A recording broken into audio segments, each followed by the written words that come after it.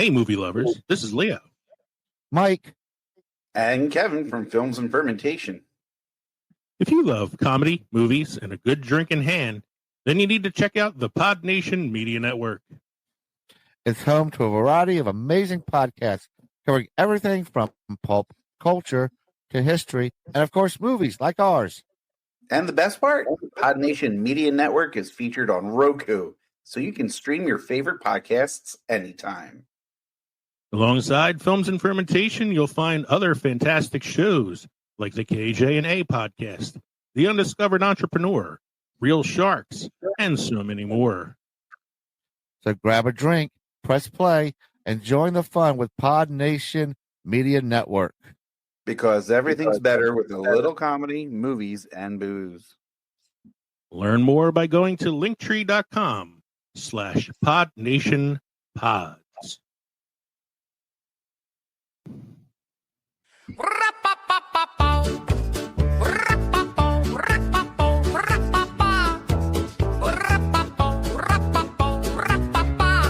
Films and fermentation, movies and inebriation. Films and fermentation, comedy mixed with tasty libations. Films and Fermentation with Leo, Kevin, and Mike. Films and Fermentation, comedy mixed with tasty libations.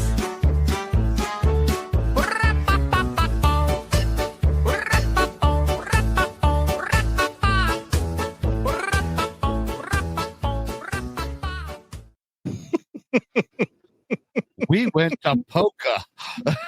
I asked it for a Muppets theme song, and that's what I got.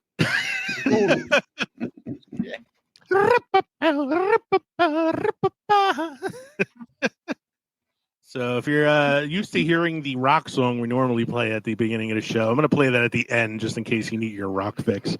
That was our Muppets themed, quote unquote. I think I may have to get to hear that because I may need that fixed now.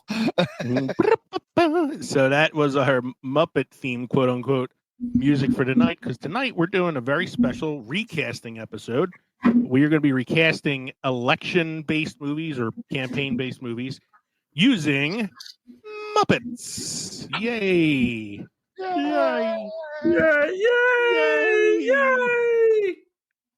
And that's why we have our special guest tonight, Salacious B. Crumb from Return of the Jedi. Say hello. Hi. Once again, welcome to Films and Fermentation, Movie and Alcohol Podcast, the #1 beer podcast on Good Pods. I'm Leo. I'm Kevin. I'm Mike. We're three friends who like to talk shit about movies while getting shit-faced. It's election season at Films and Fermentation, and democracy has never been this fuzzy. This week, we're recasting our favorite political movies, from the American President to Napoleon Dynamite, entirely with Muppets. Kermit's running for office, Miss Piggy's demanding equal screen time, and Gonzo's foreign policy involves chickens. We're mixing politics, puppets, and pints for one chaotic campaign trail of laughs. So grab your ballot and your beer. It's time to elect this Muppetastic administration in Hollywood history. That was a lot. Don't forget to drop us an email at filmsandfermentation@gmail.com or visit linktree.com/filmsandfermentation to find all of our social media podcast links. You can watch us on the Podnation Media Network on Roku, on Rumble, and on YouTube, or follow us on Substack for our newsletter. We are an independent podcast, which means we are listener supported. So please consider joining our Patreon for as little as $1 a month to receive members-only content. For only $1, Mike will recite the Bill Pullman monologue from Independence Day. We will not go quietly into the night. No. We got to get paid first. I have to give Go to Patreon. Go to patreon.com/films and fermentation or buy our merchandise at teespring.com. You can now text us at 904-867-4466. What are we drinking tonight, gentlemen?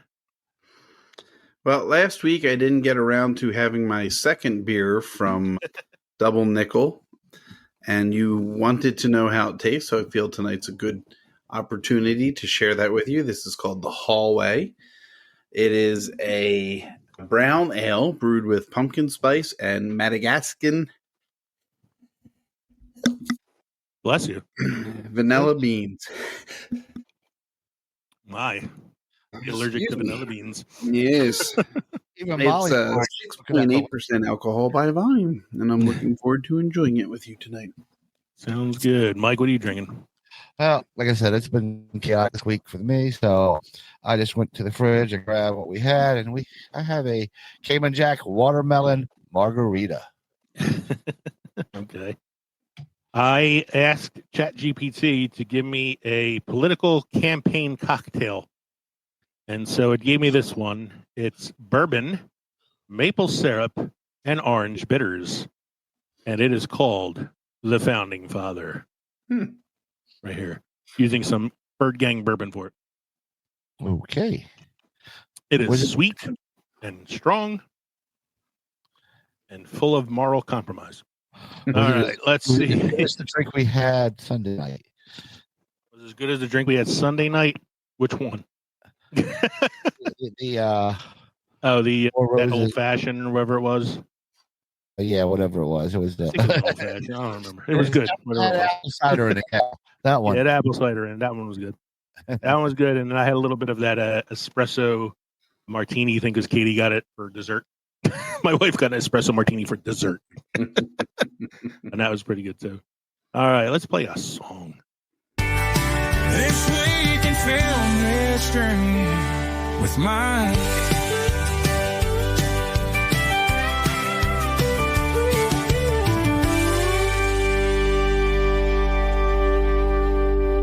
This week in film history with Mike. Surprised that wasn't Muppified. I didn't have time to muppify everything tonight. 1938, a radio broadcast of H.G. Wells' War of the Worlds, narrated by Orson Welles, allegedly caused mass panic. Good, Kev, what were you going to say? I was just going to say, here in the great state of New Jersey. Yes, it was. Yes, it in was. New Jersey, parts of PA. I had a copy of the radio broadcast on CD, the entire broadcast. And it was cool to listen to because it was played as though it was like a musical program. And they kept interspersing these like news reports and stuff. And you can see, like, if you turn in late to it, you can see how it sounded like a real report. Although they Right. did throughout the program put in disclaimers saying this is just a radio show. But it was cool. I used to every year on Mischief Night, I would play it for my students and like tell them the history of the event and stuff like that. It was kind of cool. And it led to one of my favorite movies of all time, War of the Worlds, the 1953 version, not the terrible one with Tom Cruise. 1939, Warner Brothers releases the gangster film The Roaring Twenties, directed by Raoul Walsh, starring James Cagney and Humphrey Bogart. Can't say I've seen this. Okay, Neither have I. moving on. Yeah. 1940, One Night in the Tropics, the film debut of the comedians Abbott and Costello, premieres in Paterson, New Jersey. Hey, look at that. Not one of the Abbott and Costellos I've seen. We're on a losing streak right now, Mike. Okay, how about this one? 1941, How Green Was My Valley, based on the novel by Richard Llewellyn, directed by John Ford, starring Walter Pidgeon and Maureen O'Hara, premieres in New York. Best Picture, 1942. It's also the first Best Director Oscar for John Ford. Yes. Yeah, I don't remember. I remember this one was like controversial. I don't remember what. Oh, he beat out Citizen Kane that year. So next one, sir. 1955, Rebel Without a Cause, directed by Nicholas Ray, starring James Dean and Natalie Wood, is released. Of the three movies James Dean made, the only one he wasn't nominated for. And probably the most famous one he has. I think it's the only one that was released before his death, too. 1967, Cool Hand Luke, a prison film starring Paul Newman, George Kennedy, and Smother Martin, is released.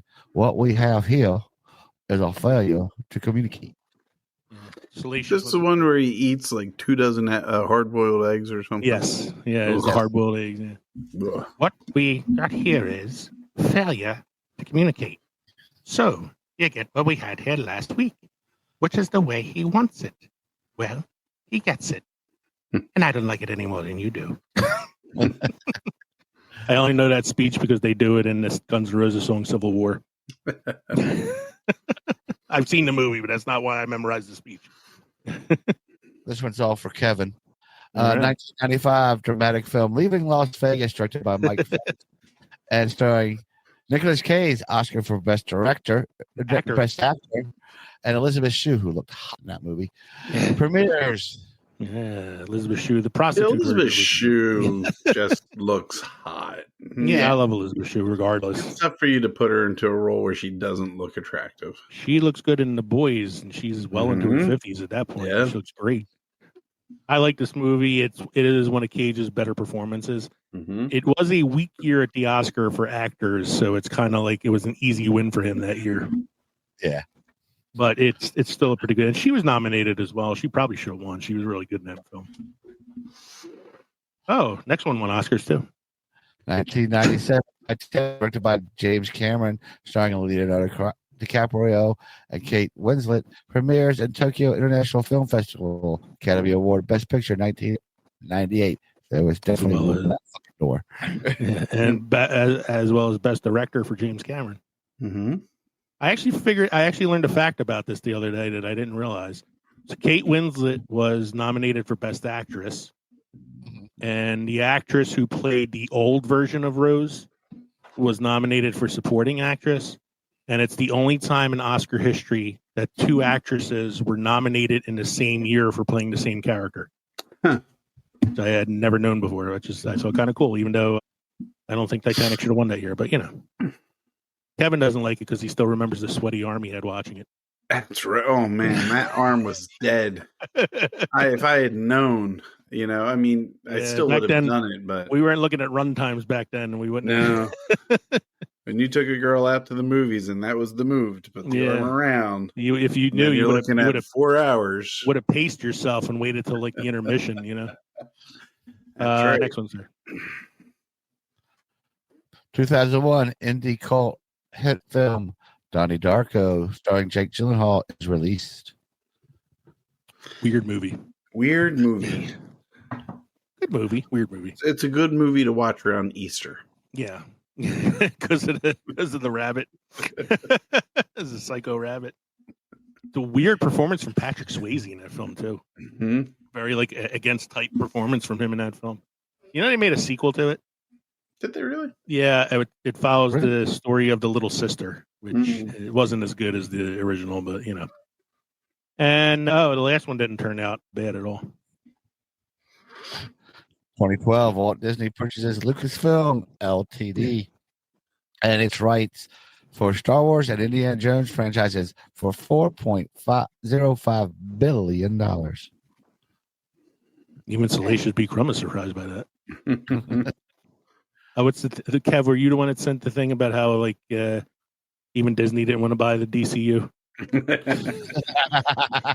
Warner Brothers is trying to sell off the DCU, and even Disney didn't want it, and they buy everything.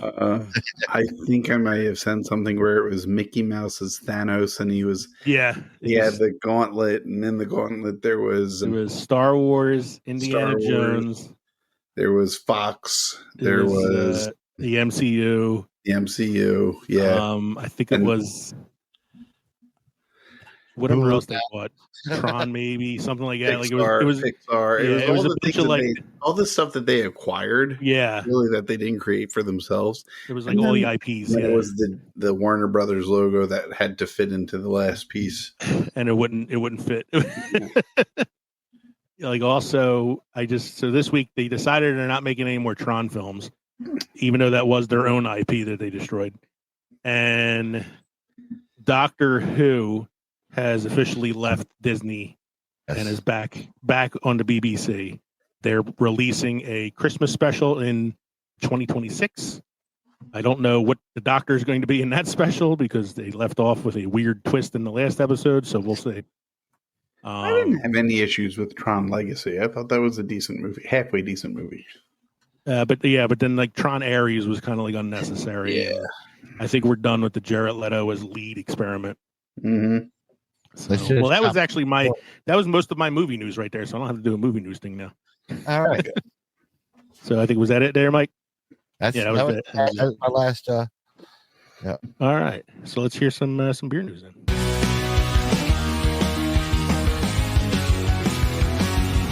Kevin's here, he's here for beer. He's got news, it's beer news with Kevin. Kevin.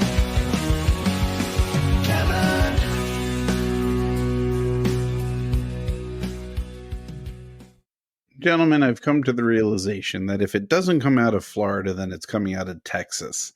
Anytime you hear something that's just so incredibly stupid, Hey, that's where the Cowboys are from. Come on, yours is stupid. Makes sense then. Here out of El Paso, Texas, we have Beer Bandits Beware. El Paso police brew up a social media sting.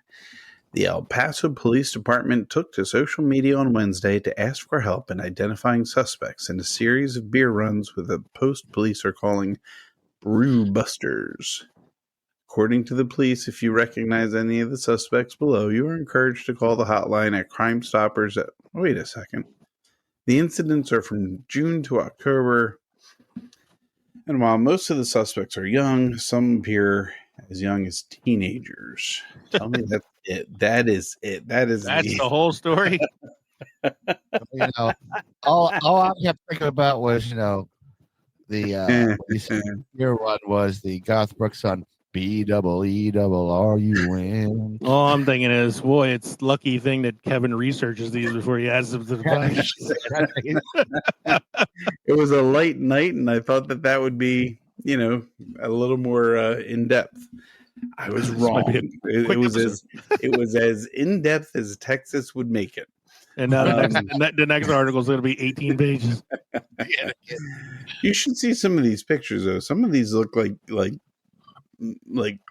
sixth graders. Anyway, it's not like the 70s and 80s where high schoolers look like Stockard Channing in Grease. No. So remember a couple weeks ago we talked about beers and other objects being thrown at performers on stage. Mm-hmm. Well, this is one where a performer throws something off stage and now has to face the consequences of being sued. Country music singer sued after beer can thrown from stage caused a severe injury.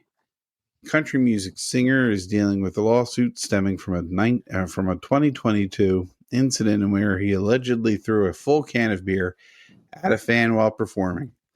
According to court documents acquired by People magazine, Jamison Rogers is being sued by plaintiff Samantha Hawes, who claims she was hit by an unopened beer can thrown from the stage during the Barefoot Country Music Festival in Wildwood, New Jersey. What do you expect?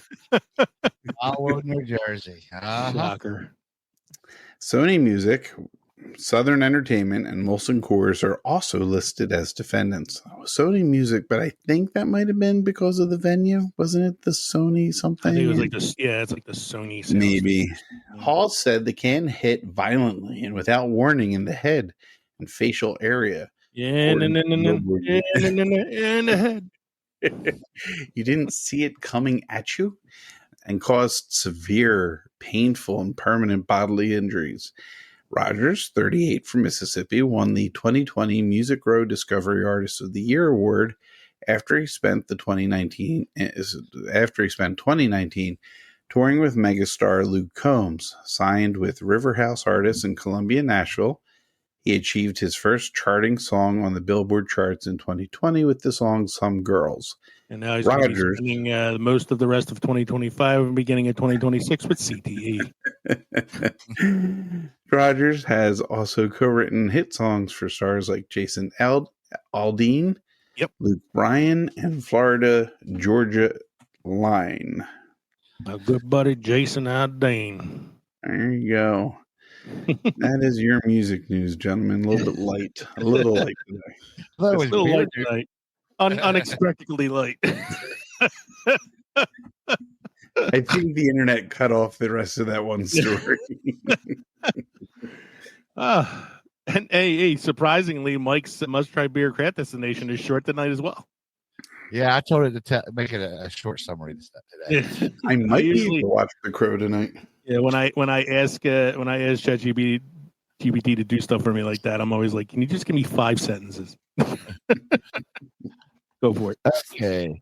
Night 52 52 Hertz by Toppling Goliath is a 16.1 ABV American Imperial Stout, crafted from a blend of triple bourbon barrel aged Assassin and an unreleased bourbon rye stout. Aged 36 to 42 months, it offers rich aromas of vanilla, caramelized sugar, and dark chocolate fudge, with balanced flavors of oak bourbon and sweet dessert notes. Its finish is viscous yet smooth, with mild carbonation and with outstanding complexity. I want this one. Triple Kevin just said bourbon aged, 60.1. Yes. 16.1 ABV. I just wanted for the name Toppling Goliath Well, it's 52 Hertz. by Toppling Goliath. Toppling Goliath. Yeah, Made with barrel aged Assassin. That doesn't sound unreleased dangerous at all. bourbon rye. Yeah, unreleased rye stout. I'm in danger. That's right, Ralphie. It's 3 years. 3 to Sounds 3.5 good. years. All righty. So we're gonna take a quick break. Yeah. All right. So this episode will be dropping literally on Election Day.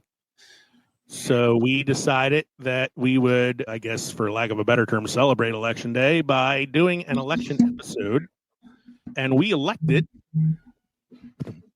to recast some politically charged films with Muppets, because nothing seemed more respectful to, government politics than Muppets. They all act like Muppets anyway. So I had a joke that I was going to make about that, and I fucking forgot what it is now, about being Muppets. Anyway, the movies that we are going to be recasting tonight, Kevin is going to be recasting the 90s. I kind of feel like it's almost a forgotten classic at this point, man. I think this is a good movie and more people need to see Megan's never seen it. it. Oh, she would love it. I think she Megan's would never- really like it. I think It's she a would really great like it. movie. Adrian's even So- seen this one. Yeah, so we're talking about Dave is the first movie we're going to be doing. Kevin will also be recasting Napoleon Dynamite tonight, which, before you ask, yes, it is an election movie. Pedro gets elected president of the school. Yes. Mike will be doing The American President, which I think is one of the best political movies of all time. hmm And Revenge of the Nerds, which is all about electing the nerds to the Greek Council. And then I will be doing The Manchurian Candidate, which involves a political plot to put somebody in the presidency. hmm And then I will also be doing, so I was originally going to do Election with Reese Witherspoon and Matthew Broderick, but there's not a lot of characters in that film. So I decided to go in the complete opposite direction and do a film that had too many characters. So I will be recasting the Oliver Stone classic JFK. But don't worry, because we know Leo, and he was able to cut it down. Yes. I Yes. only cut it- There's We're He did down not- to 7 characters with names in that film, and I cut it down to 50. He didn't use any Muppet from Fraggle Rock, no. just from the I actually Muppet. didn't. I didn't use any. I actually, in the JFK one, I only used one Muppet that's outside of the actual Muppet cast. And that was the Philly Fanatic, because he is Yeah, right. I technically... wish. No, it's a Salacious B. Crumb. No, I'll tell you what it is when we get to it. You'll think it's funny. I think it's pretty funny. So, Kev, we'll start with you, and we'll start with Dave. Okay. Quick recap for some of our listeners who also, like my wife, had never watched Dave. The movie Dave is about a president who's, not of the greatest way, much like many politicians, who through an incident is incapacitated. And and his political advisors, played by Frank Langella and I can't think of the other guy's name right now. A character actor you've seen a million things. I don't know his name. Yeah. I don't even have it up here. I'm going to see if I can keep it at the ready so I can make reference to the Salacious B. Crumb. Kevin Dunn. Guys, he has to go Kevin sleep. Dunn. Anyway, so the president's incapacitated. His political advisors are against putting the VP in charge because it won't pass their agenda. They won't be able to get what they want done. So instead, they find a part-time actor who's kind of like the doppelganger. The president is played by Kevin Kline. Okay. In the movie, President is played by Kevin Kline as well as his doppelganger, Dave. Okay. He's married to Sigourney Weaver, who plays Ellen Mitchell, his first lady, but also not his biggest fan. They are at odds. We have Bob Alexander, who is kind of his chief of staff, played by Frank Langella. We have Alan Reed, who is another part of his cabinet, played by Kevin Dunn. There is his security advisor, or his head of security, played by Ving Rhames. I like his character in the film. Yeah, his vice president is played by Ben Kingsley, who you don't really see much of in the movie. Dave's actual profession is a manager of a temp agency. So he has friends, in the field, and he has one who is a CPA, played by Charles Grodin, and his secretary or staff member is Alice, played by Faith Prince, who was big in the 90s, if you remember. And those are the characters I chose to replace. Okay. Well, all but one of them. So playing the part of Dave and the president, and I'm really pat myself on the back for this one. Naturally, Kermit will play Dave, the temp agency worker who's the doppelganger. Okay. But the actual president is played by Constantine from Muppets Most Wanted, which is a Kermit, evil Kermit with the mole, And I thought that really kind of worked. That's funny. Yeah, that's really funny. That's good. It's a good one. That's a good one. That is a really good one. Filling the role of his wife would naturally fall to Miss Piggy. I felt that was a good Which would make that scene where she sees his schlong in the shower a little funnier.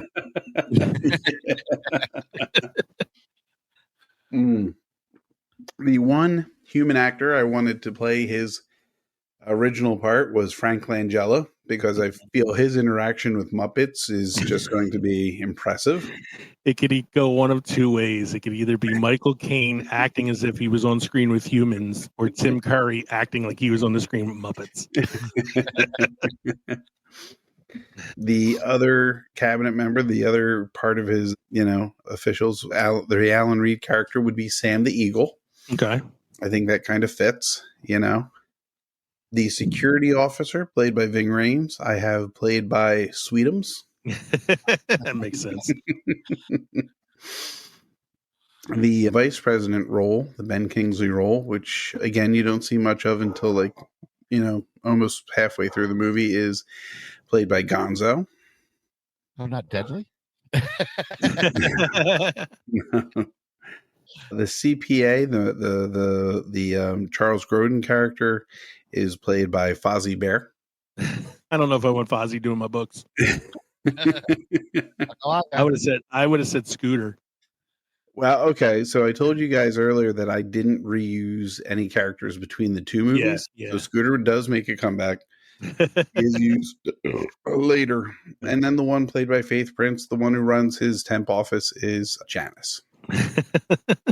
Okay. Totally. Was that Mike? I said totally. All right, that was pretty good. I really do like the Kermit, evil Kermit. Yes. When I was thinking about that, I was like, oh, wait a second. Yes, I'm going to use it because, because they would have to put the mole on his face. It would kind of be like the scene in History of the World where they're trying to make him look like the king, and they're putting Dave was good. Wasn't that a throwback joke in Robin Hood Men in Tights? Yeah. Prince John had the mole kept moving. I have a mole. Dave is a film that's almost a film that time forgot, I think. And really good underrated comedy that I think more people need to see. It's really, really good movie, and it's kind of like a modern day like Prince and Pauper kind of thing, because but it's really good. And Kevin Kline's such a likable actor, he's able to make it work. Yes. Yeah. So that brings us to one that's a little more serious. Does have some comedic moments in it, but it's a much more serious film. But I really like this film. the American president, and Mike will be taking this one for us. Yeah, and I'll give you the short synopsis off of IMDb for this. Andrew Shepard is approaching the end of his first term as president of the United States. He's a widower with a young daughter and has is proved to be a popular with the public. His election seems assured until he meets Sidney Ellen Wade, a paid political activist working for an environmental lobby group. He immediately smitten with her, and after several amusing attempts, they finally manage to go on a date, which happens to be a state dinner for the visiting president of France.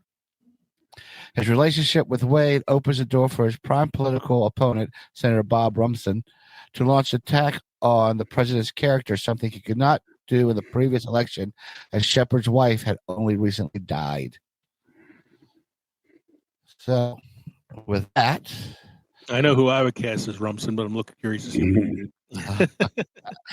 so of course, President Andrew Shepard was played by Michael Douglas in the film, and of course, it went to Kermit the Frog.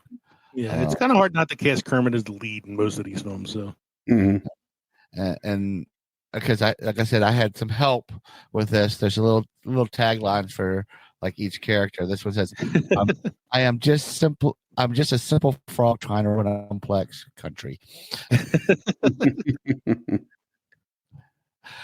Playing the love interest would be Sidney Allen Wade, was Annette Bening, which is now being played by Miss Piggy. Of course, it has to be Piggy. Her little tagline is, "Ma will save the planet and the romance, Kermit dear." Now we're going to move on to the funny stuff. Louis Rothschild, played by Michael J. Fox, is going to be played by Gonzo the Great. His little tag. He's another one I might have thrown Scooter into for that too. Yeah, but this one, well, I love this tagline they gave to him. "Mr. President, if we sign the bill while I'm launched from a cannon, think of the symbolism." That'd be great. Because he also got energy that Michael J. Fox would have. Yeah, because Michael J. Fox is so like frantic in the film. Yeah. And then we're going to go to AJ McInerney. Oh, Jesus. Was it like McInerney or something like that? McInerney, which is Martin Sheen, which is the chief of staff. Which is going to play Bob Fosse there. Of course.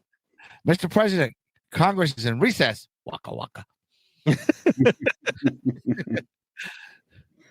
And then I got Bob Rumson, Richard Dreyfuss's character. This one is a little off kilter because I went with two. It is Statler and Waldorf. Well, one could be like the one running for president, and the other one could be his vice president. That's what I was going to say back and forth. Like, they filibuster, throw insults from the Senate floor, and I was thinking Deadly for that one. I thought about Deadly too, or like Sam Eagle because he's so proper. And some of the ones that I worked with, they wanted Sam Eagle as the chief of staff. I'm like, that's just not right. No. You need somebody high energy for that. Yeah. So from there we go to Lucy Shepard, the president's daughter, which we put a gender change to Robin the Frog. Of course, yeah. The pure-hearted conscience of the film, Robin gently reminds Kermit that truly presidential kindness, humility, and bedtime stories about civic duty. You could throw a twist in there too and have the president's daughter being the only character played by a human. Right. There's a few more that I got here. I thought it's funny. The Secret Service agents, Animal and Dr. Teeth. Animal one is stop, drop, rock. Dr. Teeth provides surprising soulful acoustics cover of "We the People" for the state dinner. The political advisors would be Honeydew and Beaker. The White House press corps, Rizzo the Rat. With cameos from Sam Eagle as the stern White House communications director who keeps insisting everyone show proper American dignity, and the Swedish chef, White House chef. Yeah, of course. And the movie tagline in the White House: "Love means never having to say waka waka." Did you mention that this was a Aaron Sorkin screenplay? No, I did not. It is Aaron No. Sorkin. Which Aaron Sorkin did The West Wing, yeah. Yeah, so you can tell by you can tell by dialogue when it's an. You can tell by dialogue and the characters, and that's why I bring it up, is because you mentioned the press secretary, you mentioned his chief of staff, you mentioned the communications directors, and I'm thinking in my head, like I'm playing, rewatching the movie in my head, and then putting your characters in, and then putting that up against like The West Wing to see how much the characters from American President kind of were the same reflection. Like in the West Martin Wing. Sheen character is almost like the VP from American President becoming president in West Wing, Exactly. I was confusing characters too. Like I'm sitting here, I kept waiting for the Allison Janney for a second. comparison. Like, no, wait, that's West Wing. However, the one that played the press secretary, I think, wasn't that the black woman with the, or am I mistaken? The one that interacts with Michael J. Fox often in the movie. Yeah, I don't remember. I thought she was the Allison Janney character, but she ends up showing up in West Wing as a part of the Joint Chiefs of Staff, I think. Yeah, it was Anna Devery Smith. Yeah, it's like that's a Sorkin thing too. Kind of bring back, cast the characters that he works with all the time. All right, that was pretty good, Mike. So my first one, I'm going to switch it up here. My first one, I'm going to do the Manchurian Candidate. Now, this is the original 1960s version of the film, not the remake that came out in the early 2000s. This is the one with Frank Sinatra, because it's the one that I've seen that I'm most familiar with. A Manchurian Candidate is about a group of soldiers who, during the Korean War, were captured and brainwashed in order to play this long game in a plot to assassinate a political candidate in order to get a different candidate seated as president. It was all like a communist plot, basically, to try to take over the American government. Frank Sinatra was one of the soldiers, and as his fellow soldiers start like reawakening from their brainwashing, they're all being mysteriously assassinated, and he's brought in to investigate. And we find out that the assassin is also one of the brainwashed soldiers and the son of the politician's wife that is trying to get him in. Like, you find out his mother is the one behind the whole plot, and his mother is played by Angela Lansbury. So it's a complicated political thriller, but it was kind of fun. So I went with. I don't have as many characters as this I do with JFK, thankfully. Not as many characters. So Major Bennett Marco, who's played by Frank Sinatra in the first film, in the original film, is of course Kermit the Frog, because he has to be. He is the moral center of the story, trying to uncover the truth behind the brainwashing conspiracy while trying to maintain his sanity and his relationship with his wife, played by Miss Piggy. His investigative monologues would inevitably turn into musical numbers about responsibility and amphibian integrity. Raymond Shaw, who is the son of the character that's trying to, take over the country, he's played by Lawrence Harvey in the original film. That's going to be Gonzo. Who else could play a tragic, misunderstood weirdo haunted by psychological manipulation? His blend of vulnerability and eccentricity fits the tortured, hypnotized veteran perfectly. Eleanor Iselin, who is Raymond Shaw's mother, she's the one behind the communist plot to take over the country. Of course, that's Miss Piggy. Commanding, manipulative, dramatic. Piggy's turn as the domineering political matriarch would be Oscar-worthy. Every scene ends with a karate chop and the line, "You will do as I say." She has a dual role here because she's going to play Kermit's wife as well. Senator John Iselin, who is the guy that they're trying to put into the seat as the new American president. That'll be Sam Eagle, a patriotic blowhard who parrots his rhetoric that is being fed to him by his wife, played by not Sam Eagle. Yeah, Sam Eagle. And then there's a few like side characters. These are some of the other soldiers who were brainwashed. One of them will be played by Fozzie Bear. Another one will be played by Scooter. So like various Muppets filling in the rest of the roles.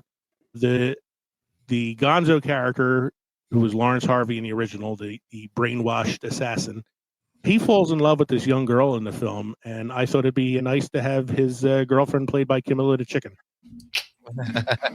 Had to be. In the film, she was played by Janet Leigh, so you see the resemblance. Yes. So Isn't Janet Leigh in The Birds? Yes, Janet Leigh. See the connection? Janet Leigh was also in Psycho. Gonzo's beloved Camilla takes on the romantic role. Her cryptic clucks provide emotional grounding. And then there is one other character. There is the evil scientist in Korea who brainwashes them. His name is Dr. Yen Lo. Will be played by the Swedish chef. Because I think it's a good twist to have that the chef's gibberish be the catalyst for their brainwashing. So that is my Manchurian Candidate recasting. That one was short. Wait till we get to JFK. Now for some bizarre casting here, because the next one is Kevin's, which is Napoleon Dynamite. I am really, really curious about this one. It was a challenge, I'll say. You had mentioned using Scooter in Dave for one of the roles. I thought Scooter deserved a starring role in something. Okay. So I positioned him as Napoleon. Interesting. I would maybe do his hair a little more like Napoleon for this. I was actually thinking him for Kip, the brother. Okay. But he makes sense as Napoleon, too. I think he works better as Napoleon. When I get to Kip, I'm going to explain my rationale for Kip in just a minute. We know that Napoleon hangs out with Pedro, who is trying to get elected to the school government, student government. I have this going to Pepe the King There Prawn. we go. I was like, it has to be a Spanish character. Who's it going to be? Pepe. It makes so much sense. I love it. That makes so much sense. Vote for me, okay? Yeah. We know that Kip and Napoleon are staying, or have a relative staying with them while their grandmother's out. I could not quite find the right fit, so I think I found the right fits. It is Uncle Rico and Suave, played by Waldorf and Statler. So Uncles Rico and Suave. Uncles Rico and Suave. That's funny. I could see them just taking jabs at Scooter, for what he's doing. Kip, I think, is going to be played by Dr. Bunsen Honeydew because of the cadence in his voice, as he talks, the same way Kip had that sound. Napoleon, I'm training to be a cage fighter. Right. And he could be communicating with Honeydew and come on, Kev. Beaker. What if Beaker was Napoleon and Honeydew was Kip? And then For the role of Deb, I'm keeping that human with Tina Majorino. I'm bringing her back. Bringing her back. Yeah. I see the relationship between her and Scooter being a sweet one, as she tries to get him to do glamour shots. The cage fighter, not the cage fighter, the Taekwondo director. It's Rex Kwando. Rex Kwando is being played by Dr. Teeth. That's funny. Oh, yeah. Yeah, right. You get to go home every night and married. And then Grandma was the only other character I could think that had semi, prominent role, and that's being played by Fozzie's mom. Watch out for the icy patch. I was thinking now the popular girl at school played by Haley Duff. That would be like Miss Piggy, and then Kermit could play her douchey boyfriend. That could work. I did try to keep I did try to avoid reusing the same Muppets though. I do like how it's like kind of like a let's do a film that's not all Kermit centric. Right. Yeah, give Scooter his run. That's funny, man. I like the Honeydew as Kip. I love Dr. Teeth as Rex Kwando. That's really funny. No, that was pretty good. Yeah, that was definitely a difficult one to cast a little bit. So in another turn for the surreal, Mike has Revenge of the Nerds, a movie that cannot be made today. Oh no. No, even with Muppets. Yeah, I don't even think the Muppets could do this. Mm. Okay, so we're going to start off Revenge of the Nerds, the Muppet edition, with Louis Skolnick being Kermit the Frog, the level-headed, heartfelt leader of the nerds, constantly trying to hold the group together while surrounded by absolute chaos. It ain't easy being geeky. Follow that up with Gilbert Lowe, Fozzie Bear, Kermit's best friend and Lois sidekick, forever supportive, always punning. We're going to turn this front house into a smart house. Waka waka. Booger Dodson, Animal. Makes a lot of sense. Loud, messy, walking biology experiment. Can't remember if he's part of the band or the frat. Revenge, party. Lamar, Latrell. Oh my God, who is the gay one? Gonzo the Great. Proudly flamboyant, fearless, and weird. His athletic performance defied both gravity and reason. No one throws a javelin like I throw a javelin, upside down, on fire, and with meaning. Takahashi Toshihiro is Scooter. Okay. The polite, tech-savvy exchange student who builds all the nerds' gadgets and keeping things running on schedule. Got the robots overheating again. Poindexter. Can you guess who's Poindexter? We already used Scooter. Swedish Chef. I went with Beaker. Beaker. Okay, yeah.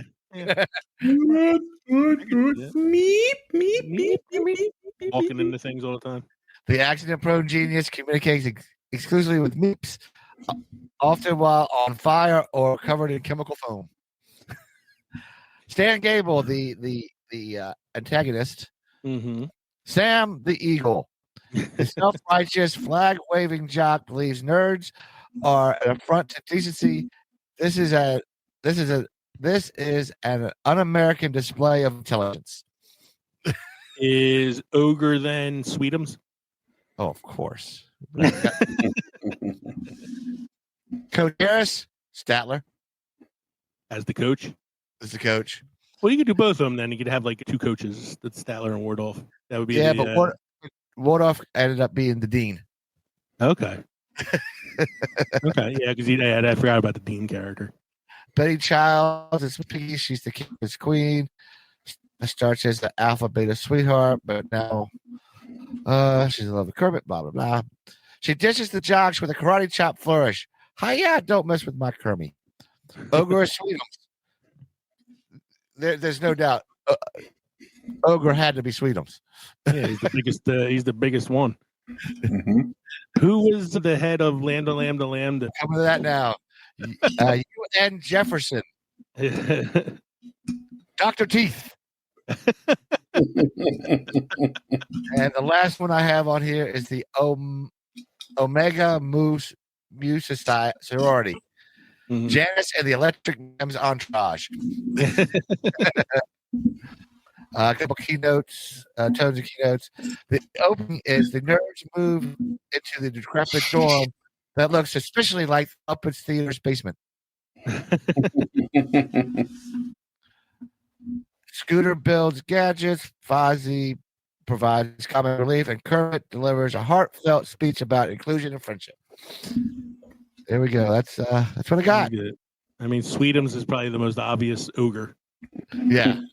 I would love to see how the Muppets handle scenes like Poindexter getting a boner, everything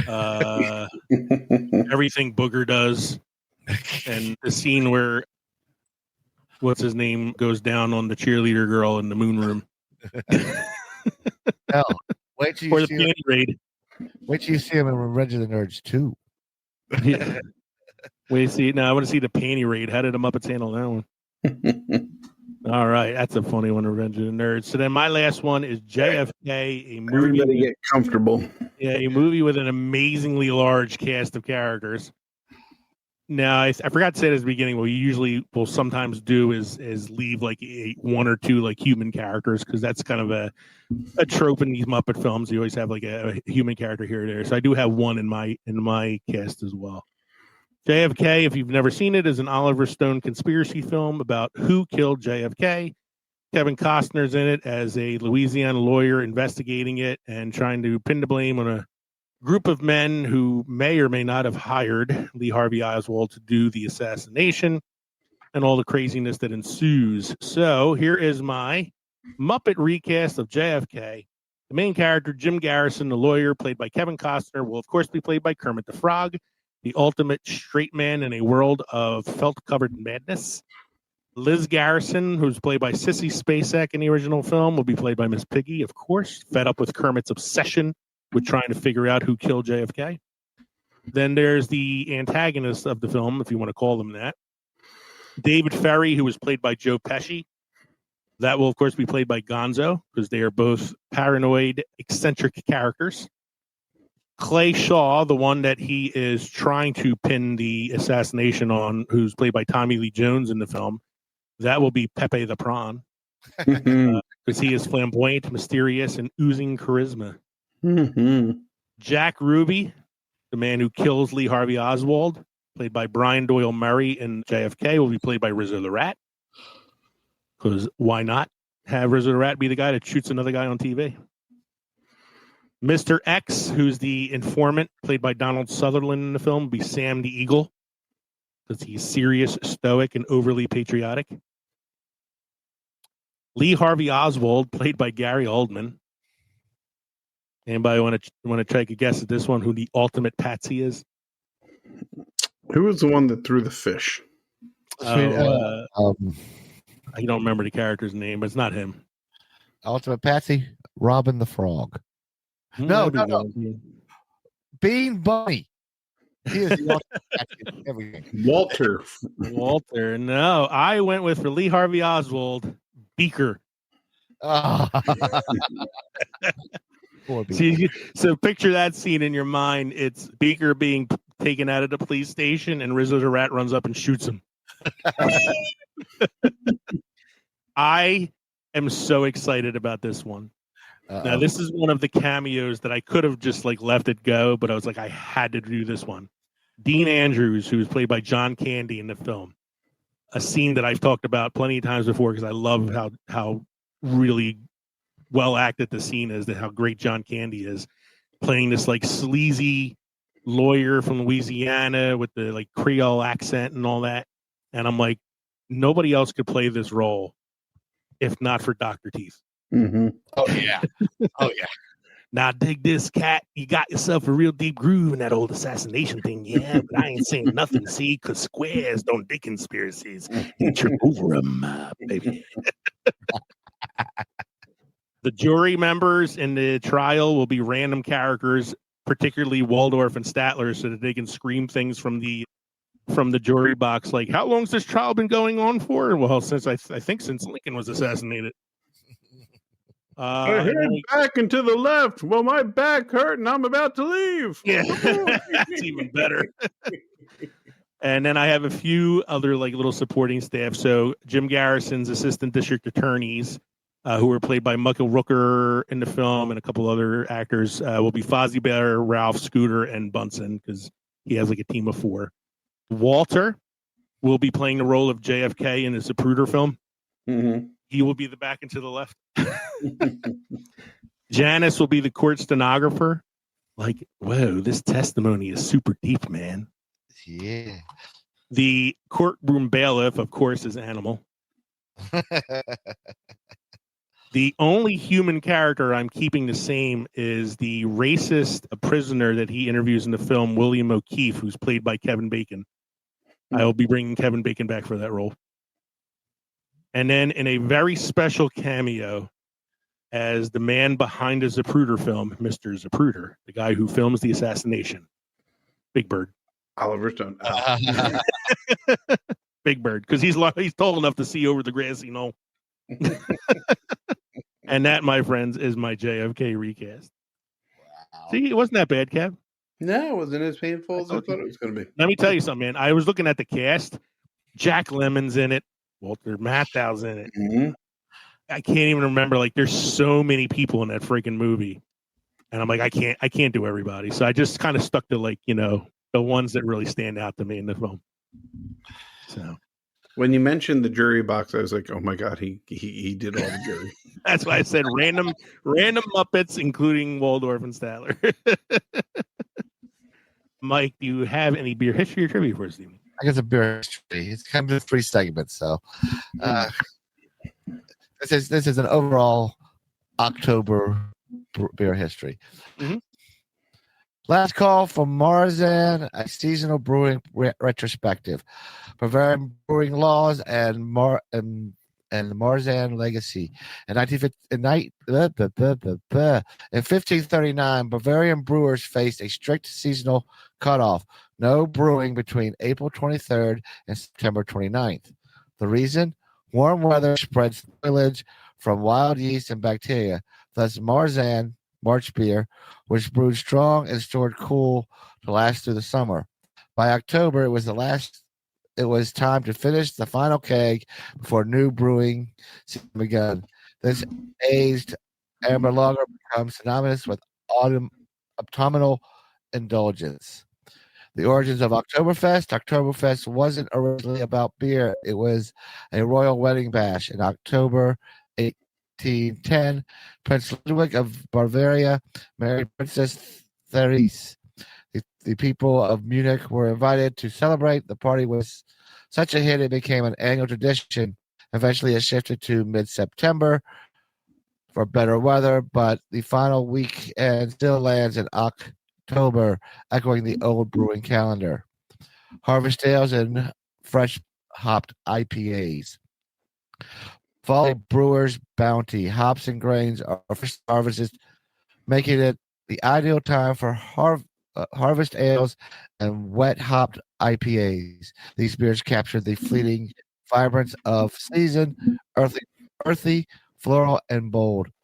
Modern craft breweries embrace this window to release limited batches that celebrate freshness and territory. Whatever, I can't even see it now.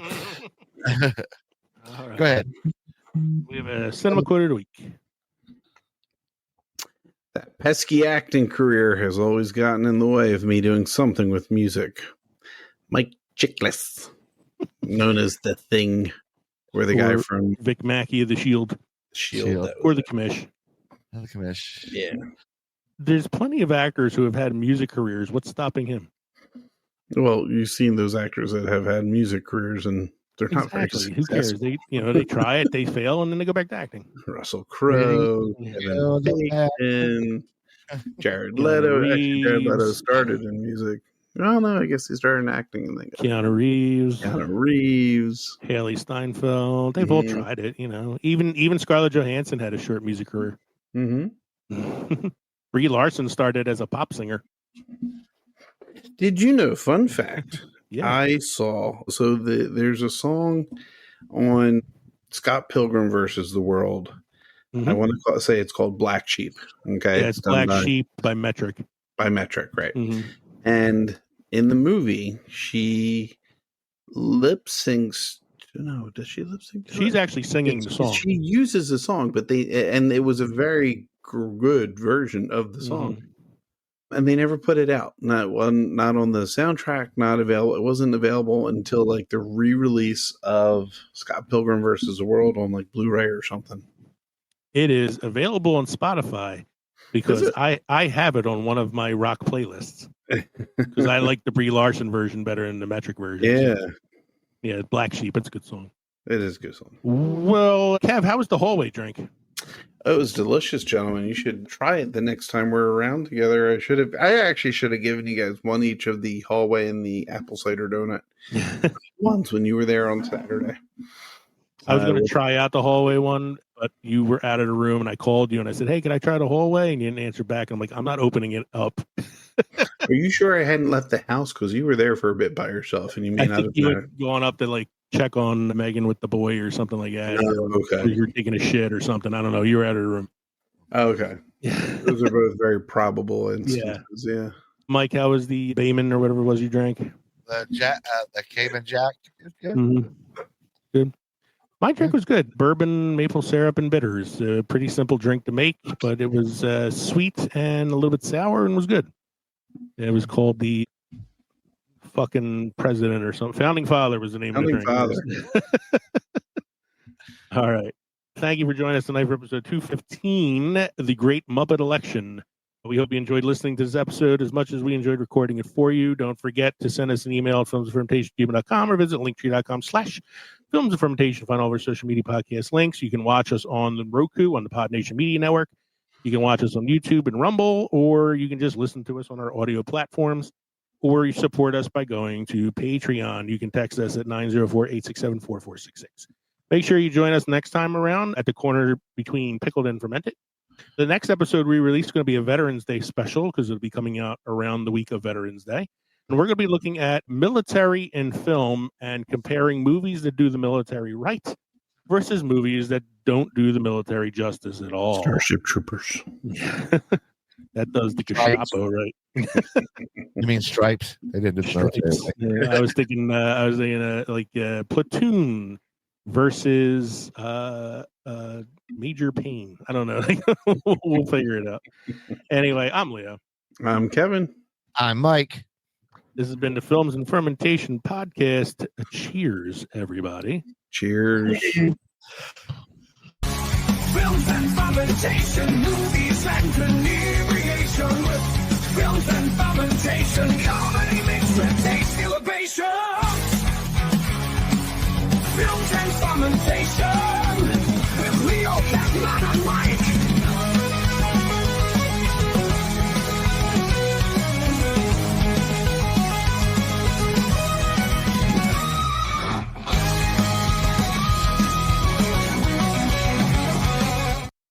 And fade to black.